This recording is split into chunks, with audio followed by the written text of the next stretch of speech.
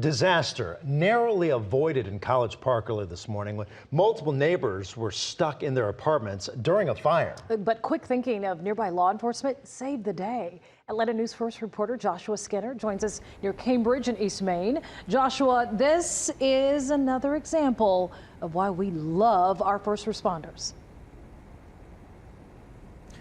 Absolutely, Sean. And in fact, the first responders in this situation weren't even involved. They were doing something completely different. We'll get to that in a second, but you can see a little bit of the damage here. This is the exterior of this apartment building. You can see a little bit of the burns on the outside. The real damage is on the inside. The roof is collapsed. The second floor, not really there, but this all could have been much, much worse than just a burned building.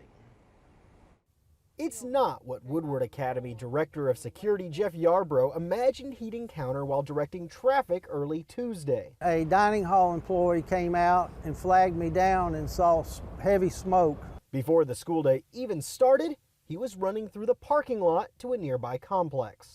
I knew by this spot right here that was what the situation was going to be. I got on my radio, I called my guys. Security officers Brian Ferguson and Tim Fenner answered the call. At that point, I said, "Oh Lord, there's probably a fire."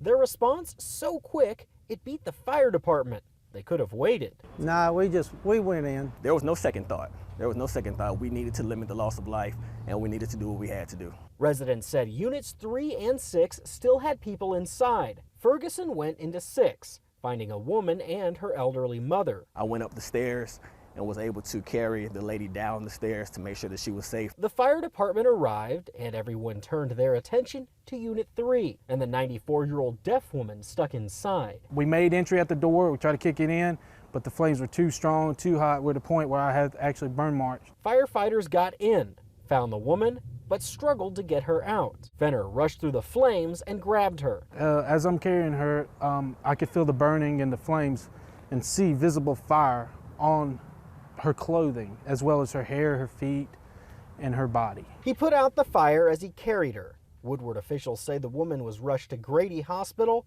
She is expected to survive.